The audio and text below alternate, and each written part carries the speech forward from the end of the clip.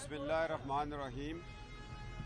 मैं जो आज हमारी पेशी हुई है उस पे तो हमारे वकला बात करेंगे। मैं सिर्फ़ आप लोगों को ये बताना चाह रहा हूँ कि मैं कराची में कल था, तो कराची में मज़ार कायद पे गया और मैंने जब फातिहा पढ़ी, दुरूद व सलाम पढ़ा, मैं बाबा कौम हज़रत कायद आज़म मोहम्मद अली जिन्ना रहमतुल्लाह ताला के कदमों को बोसा दिया और मादरे मिल्लत के कदमों को बोसा दिया, जो मिल्लत की माँ हैं फातिमा जिन्ना, उनके कदमों को मैंने बोसा दिया और मैंने कहा, बाबा आपने इस बरे सगीर के अंदर मुसलमानों की रहनुमाई की और ये रहनुमाई आपको मदीना मुनव्वरा से जब दीदार मुस्तफ़ा हुआ, खुली आंखों से आपने नबी करीम सल्लल्लाहु अलैहि वसल्लम को लंदन में अपने फ्लैट में गुफ्तगू हुई, खुली आंखों से दीदार हुआ, तो नबी पाक सल्लल्लाहु अलैहि वसल्लम ने फरमाया, मोहम्मद अली जिन्ना तुम वापस जाओ, ये पाकिस्तान बनेगा और मेरी दवा और मेरी शफ़क़त और मेरा तुम्हारे सर के ऊपर हाथ होगा और बड़े सगीर के मुसलमान आज़ादी पाएंगे।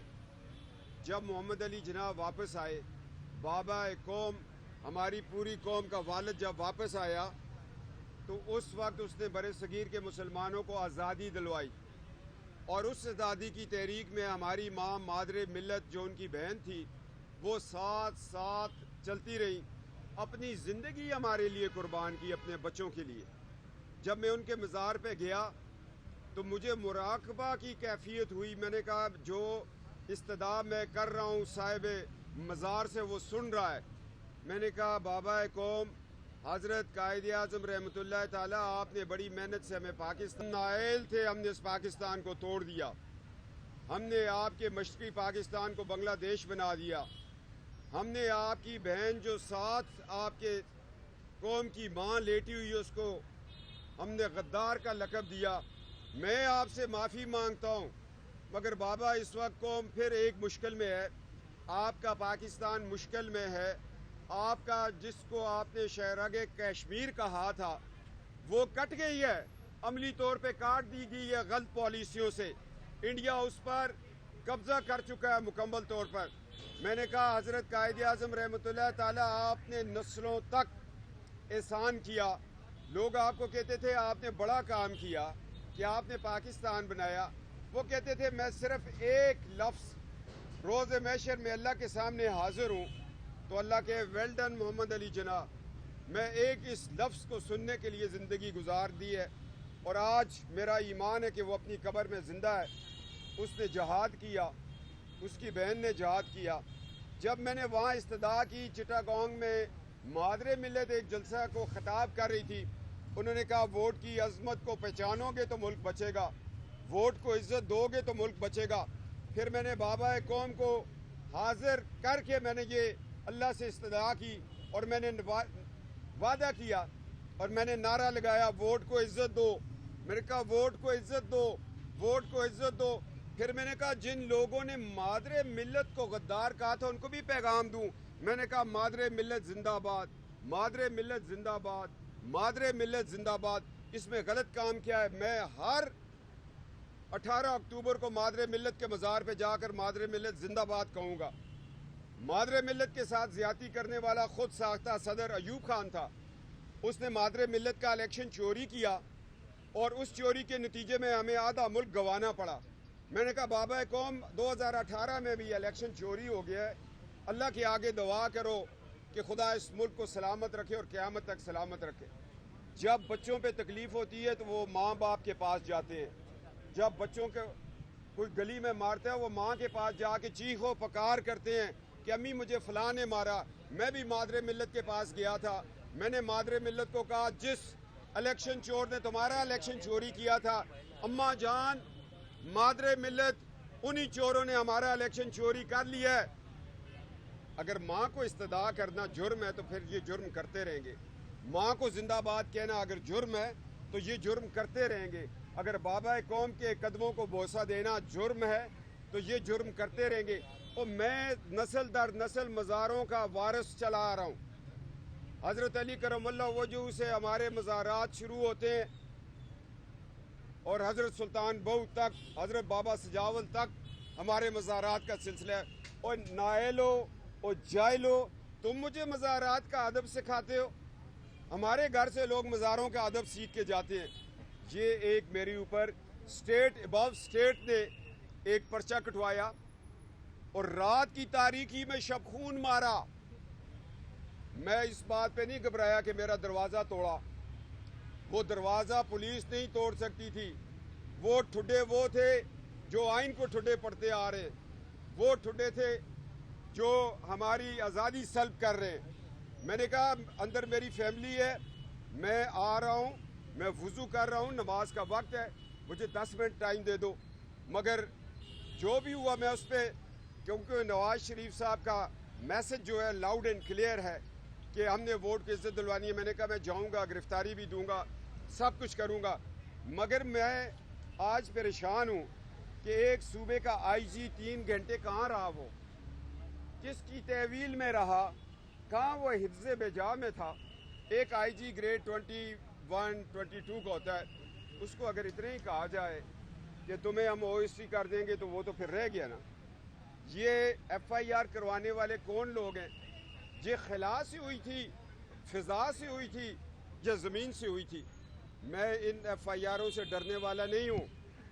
میں ایک پاکستان مسلم لیگ نون کا رکن ہوں اور نواز شریف اور مادر ملت کا پیغام لے کے چلا ہوں. آج اگر ہری پور ڈسٹرکٹ ہری پور کے لوگ میری ان کو ہاتھ جوڑتا ہوں کہ مادر ملت کل کہہ رہی تھی کہ بیٹا جا کے ہری پور والوں کو کہنا جن کے دادا صدر ایوب نے میرا الیکشن چرایا ان کی اولادوں کو ووٹ نہ دو. یہ پیغام مادر ملت سے لے کے میں آیا ہوں کہ ان کی اولادوں کو، صدر ایوب کی اولادوں کو، مارشل ایڈمنسٹریٹروں کی اولادوں کو ووٹ نہ دو. یہ مقدس امانت ہے. جب ہم ان کو ووٹ دیتے ہیں، اپنے ووٹ سے ان کو پڑھتے ہیں، پھر ہم یہ ثابت کرتے ہیں کہ تمہارے دادا نے مارشل آرٹ ٹھیک لگایا تھا، تمہارے باپ نے مارشل آرٹ ٹھیک لگوایا تھا. آج قوم یہ تہیہ کر لے. اور تمام جماعتوں کو میں درخواست کرتا ہوں کہ جن جن کے آباء و اجداد نے ملک میں مارشل آرٹ لگایا ہے ان کے بچوں کو ٹکٹ نہ دو، ان کو ہم نے ووٹس نہیں دینے. یہ پیغام ہے ہمارا. اور جس گنڈا گردی کے ساتھ وہ ایف آئی آر ہوئی، ایف آئی آر کرنے والا خود جو ہے قانون کو مطلوب ہے. میں نے کہا خواہ ایف آئی آریں کرو، خواہ تم ہمارے راستے روکو، مگر ووٹ کو عزت دو کی تحریک کو تم نہیں روک سکتے. بابا قوم کے قدموں میں کھڑے ہو کر قسم کھائی ہے. حضرت قائد اعظم رحمۃ اللہ تعالیٰ، آپ نے پاکستان دیا، پاکستان بنایا، اور اس پاکستان کو بچانا، اس کے آئین کو بچانا ہمارا فرض ہے. میں اپنے بابا قوم اور مادر ملت کے مزار پہ چیخ کر آیا ہوں کہ پاکستان جو ہے وہ کمزور ہوتا جا رہا ہے. پہلے ایک الیکشن چور ایوب خان نے الیکشن چوری کیا جس کے بدلے میں ہمیں پورا ملک گنوانا پڑا، اور آج 2018 کا الیکشن چوری ہو گیا ہے. اللہ ہماری ریاست کو سلامت رکھے، اللہ ہماری عدالتوں کو سلامت رکھے. میں سلام پیش کرتا ہوں اس عدالتی نظام سندھ کو. اس کے اوپر بڑا پریشر تھا، انہوں نے پھر بھی ضمانت لی. جو لوگ ایف آئی آر کٹوا سکتے ہیں، انہوں نے سوچا کہ ہر جگہ ارشد ملک پالا ہوا ہوگا، مگر وہ کوئی عدالت بڑی تکڑی تھی، انہوں نے ارشد ملک والی نہیں تھی. وہ عدالت جو تھی وہ جسٹس نسیم والی تھی. اس نے دھڑلے سے فیصلہ دیا، ضمانت دے دی.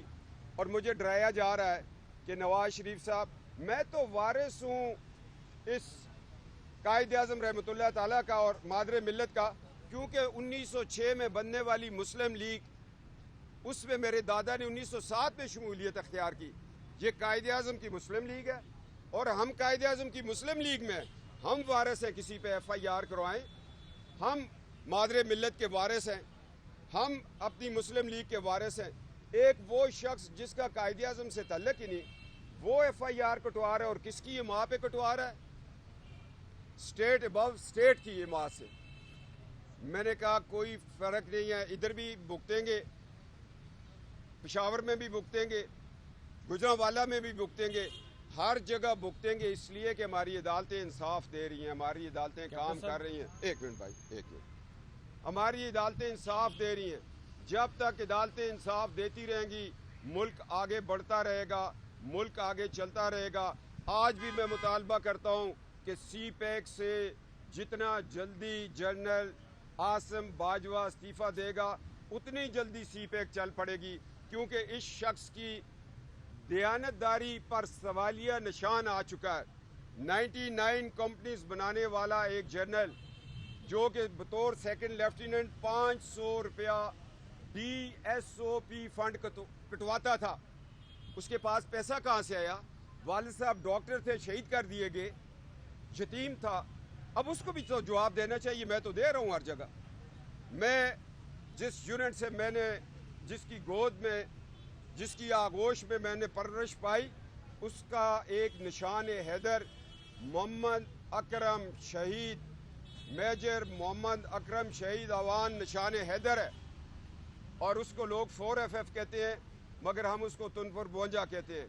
हमने उसकी आगोश में परवरिश पाई है, और हम अपनी यूनिटों को, अपने शोहदा को, अपने भाइयों को, अपनी कौम को मायूस नहीं करेंगे। हम उनके साथ हैं। मगर मियाँ नवाज शरीफ साहब ने कहा हम उसके साथ नहीं हैं। जो स्टेट अबव स्टेट बनाए, जो आइन को ना माने, जो आइन को तोड़े, ख्वाह वो मुशर्रफ है, ज़िया है, अयूब है, जो भी है, उन्होंने मुल्क के साथ अच्छा नहीं किया। आधा मुल्क गवा के बैठे हुए हैं। FIR'ें भी होंगी, गिरफ्तारियाँ भी होंगी, तकलीफ़ें भी होंगी, इसलिए कि मादरे मिल्लत ने चिटागांव में कहा था वोट को इज्जत दो। इसके लिए निकले। आप सवाल करें। बस ठीक हो गया सारा कुछ। अच्छा आज के केस के वाले से मैं बात कर रहा हूँ। जी आप। बिस्मिल्लाहिर्रहमानिर्रहीम।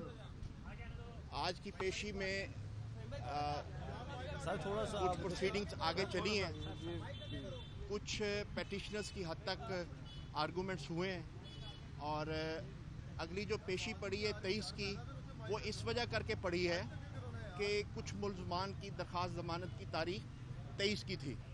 तो कानून ये है कि जब भी किसी मुकदमे में मुख्तलिफ बेल एप्लीकेशंस आती हैं, तो उनके ऊपर आर्गूमेंट्स तो 1 बाय 1 हो सकते हैं, मगर फ़ैसला जो है वो इकट्ठा होना होता है बड़ी अदालतों के फ़ैसलों के मुताबिक। इसलिए आज के सारे पटिशनर्स की और उनकी इकट्ठी जो है 23 को वो बहस मुकम्मल होगी, या मज़ीद आगे भी चल सकती है। तो इस वजह करके 23 के लिए ये केस हुआ है। Thank you.